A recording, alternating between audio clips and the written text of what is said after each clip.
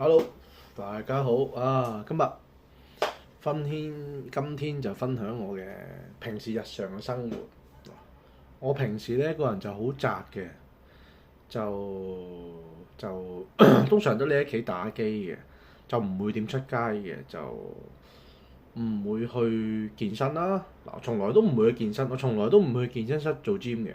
係啦，我從來都唔會嫖娼嘅，嫖娼係唔合法嘅行為。係啦。有違我道德觀念，係唔可以咁做嘅，係啦。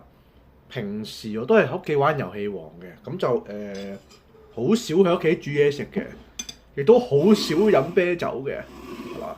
亦都好少睇書嘅，係啦。我從來唔睇書，從來唔喺屋企煮嘢食。嗱，我每日喺屋企做嘅嘢咧，就係唔揾嘢做，係啦，就係每日喺屋企打機。嗱，咁我為咗證實我真係每日喺屋企打機，嗱，我真係每日喺度打㗎啦。我每日花時間咧，就係砌嗰啲卡組，好辛苦，即係我每日8個鐘頭都喺度諗點樣砌嗰啲卡組，係真係有嘢㗎啲卡組，有卡喺裏邊㗎，係啊。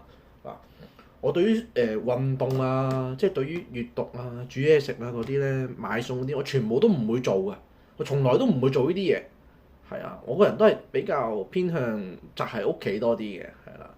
社交都唔會㗎啦，係冇錯。尤其是嫖娼，我最憎人嫖娼㗎啦。嗰啲唔合法嘅行為係唔可以咁做㗎，有違我靈魂，侮辱咗我嘅人格品德、道德觀念。食煙係更加唔啱嘅，唔健康。呢啲行為我係唔會做嘅，知唔知？尤其是飲啤酒，我最憎㗎啦。咁唔健康嘅嘢唔可以咁做，係啦。咁我就係分享我平時嘅愛好，就係中意玩遊戲王打機。多謝晒。